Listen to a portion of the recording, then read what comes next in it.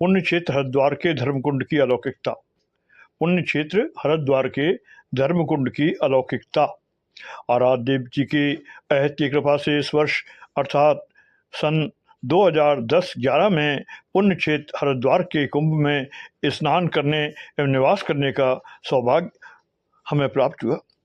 श्री सिद्धयोग प्रशिक्षण केंद्र सवाई का कैंप कार्यालय श्री हरिद्वार कुंभ क्षेत्र के चंडीपुल के नीचे श्री गौरी शंकर द्वीप पर बनाया गया था। यहाँ योगेश्वरोदय का दरबार बनाया गया था और गुरु भाई बहनों तथा आदरणीय ब्रह्मचारी भाइयों के निवास करने एवं भोजन नाश्ते की बड़ी ही समुचित व्यवस्था थी।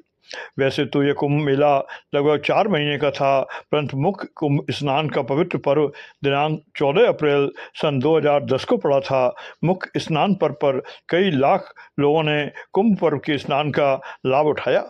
अपने आदरणीय गुरु भाई बहनों को कुछ नवीन रहस्य बताने की नीयत से इस प्रसंग को लिखकर समझने और समझाने का प्रयास किया जा रहा है। आशा है इससे सप्रेम पढ़ने वाले साधकों के मन मंदिर में इस सिद्ध योग पथ के प्रति अभिरुचि बढ़ेगी, जो उनके आध्यात्मिक उत्थान का कारण बनेगी। यह कृपा प्रसंग सन 1996-97 का है। हमारे परम आदरणीय ब्रह्मचारी श्री ब्रजमोहन वशिष्ठ जी एवं श्री रजनीश शुक्ल जी हर की पेड़ी हरिद्वार पर स्नान करने की नीयत से हरिद्वार गए हुए थे।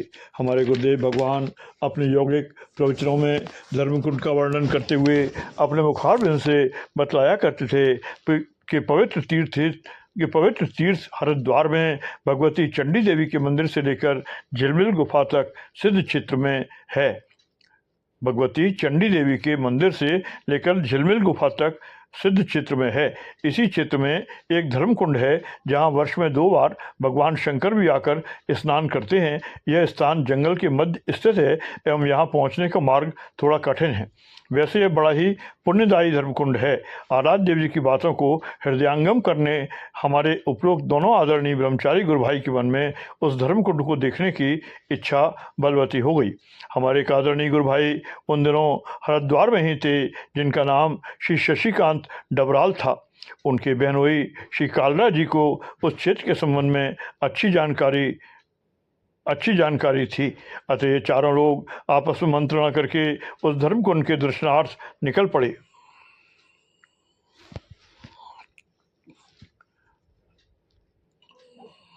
हरिद्वार से नजीमाबाद रोड पर श्यामपुर स्थान पड़ता है। वहाँ से धर्मकुंड जाने का रास्ता होकर निकलता है। श्यामपुर से ही जंगल के रास्ते से होकर 12 किलोमीटर टेढ़े बेड़े कटीले एवं ककड़ीले रास्ते से होकर वहाँ पहुँचा जा सकता है।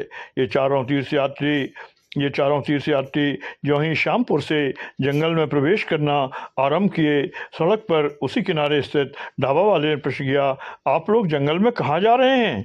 इस मंडली द्वारा उत्तर दिया गया कि हम लोग धर्मकुंड के दर्शनार्थ एवं स्नानार्थ जा रहे हैं। उसने कहा, उस धर्मकुंड पर एक आदमी रहता है जो पागल है। जो आदमी उसके पास जाता है या उससे बात करना चाहता है, वह उस आदमी को गालियां देता है और कंकड़ पत्थर मारता है।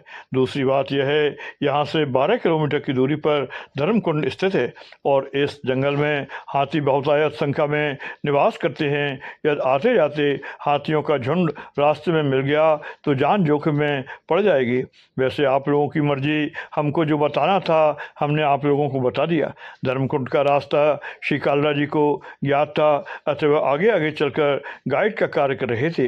इस मंडली ने श्री गुरुदेव की चर्चा एवं मंत्र जप करते हुए धर्मकुंड की यात्रा आरंभ की एवं 12 किलोमीटर पैदल चलकर पवित्र स्थल धर्मकुंड पर पहुंच गए। वहां पहुंचकर इस मंडली ने वहां पर उपस्थित आदमी को जय गुरुदेव कहा तो उसने भी सप्रेम जय गुरुदेव जी की कहा। उसके बाद उसने मीठा और जल देकर पानी पिलाया एवं उसके बाद सत्संग का प्रसंग आरंभ हुआ।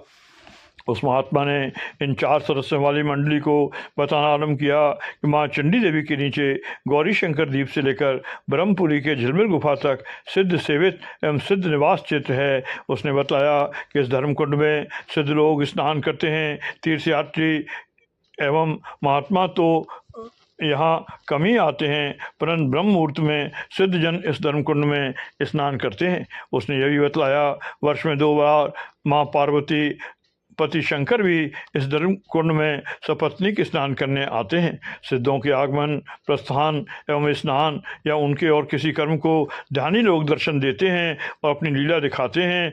उस महात्मा ने बतलाया, पूरे 1 साल में कभी 2 बार, कभी 3 बार सिद्ध योगी जनों की यहाँ सभा होती है, जिसमें यदा कदा भगवान शंकर भी आते हैं। उसने इन लोगों को यह बताया, इस चित्त की पूर्ण रूपेण सुरक्षा की जिम्मेदारी एक कोतवाल तथा एक इंस्पेक्टर के जिम्मे है। कोतवाल का नाम लंगड़ा सिद्धलाल गिरी बाबा है। उस महात्मा ने आगे बताया, इस पूरे क्षेत्र में जो कोई रात निवास करेगा उसे अपना गुरुमंत्र या अन्य किसी देवी देवता के मंत्र का रात भर जप करना ही पड़ेगा। यदि वह ऐसा नहीं कर सकता तो उसे रात भर भजन कीर्तन और अन्य आध्यात्मिक कार्य करते हुए रात जागरण करना ही पड़ेगा।